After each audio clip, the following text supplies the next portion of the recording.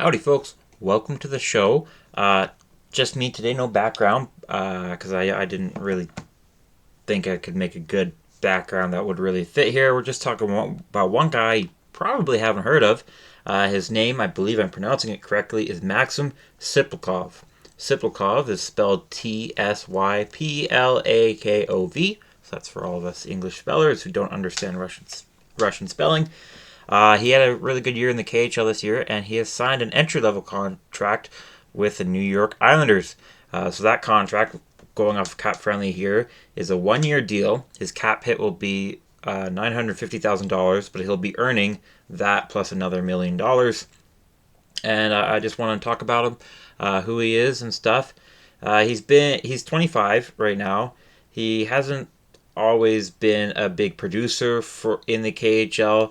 Until this year when he really blew up in the regular season, besting his career highs from last year. So last year, he set his career highs at having 10 goals and 25 points in 63 games with Spartak Moscow in the KHL. This year, he burst all that in 65 games played. He had 31 goals, that's fifth best in the KHL, 47 points. He also managed 35 penalty minutes. Despite being a winger, he took on a lot of face-offs and won just over half of them. He was also on the penalty kill, served just over a minute and a half per game, and he had 44 blocks and 145 hits, again, in those 63 games. So I really like his style of play based on what I can guess from those stats. His team did make the playoffs this year. In 11 games, he had 45 hits in the postseason and 2 goals and 2 assists. The Spartak Moscow fell to... I'm going to mispronounce it. I'm going to sneeze. Magnitogorsk.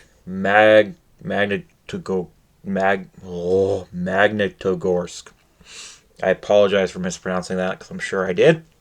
If I didn't, great. But they would go on to win the Gregorian Cup. So it's not like all bad losing out to the team that will go on to win it all. That was in the quarterfinals. Excuse me. There it is. Anyways, I really like Tsyplakov's game. If I had to think of a comparison, there is a name that comes to mind, but it's a name of a superstar, and I'm not saying Tsyplakov is going to be a superstar. It'd be cool if he is, but when I think of him, I'm like, okay, he's got a really nice shot. I'm going to sneeze again. He can... Jeez Louise. I think we're good. I think it's going to come up again. My goodness, I'm sorry. So, when I think of Tsyplakov, looking at those stats and that kind of stuff, I'm like, okay, he's got a great shot. He can penalty kill. He's a big guy who can get lots of hits. And despite being a forward, he can block a lot. The first name that comes to mind, and again, it's an unfair comparison to Tsyplakov, but that's Austin Matthews.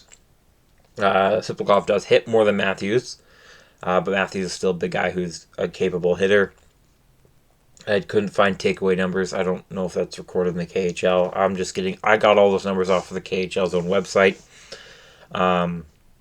Obviously, I'm not saying Tsyplakov is going to come in and score 60 goals or be like Matthews, but I'm just saying I think he could be a middle six Russian version of Austin Matthews. Maybe, hopefully, with better mustache. Now, I like the signing. I think it's a good signing, and I think it'd be cool to see him translate that talent into the NHL. That was his only notable year in the KHL, so it's not like he's been a star producer for a long time. That's just this year, but he's still in his mid-20s. Anyways, that's it for me now. Hope you learned something, and if you did, perhaps you should like the video. I'd love to hear your thoughts in the comment section below while you're there. And holy cow.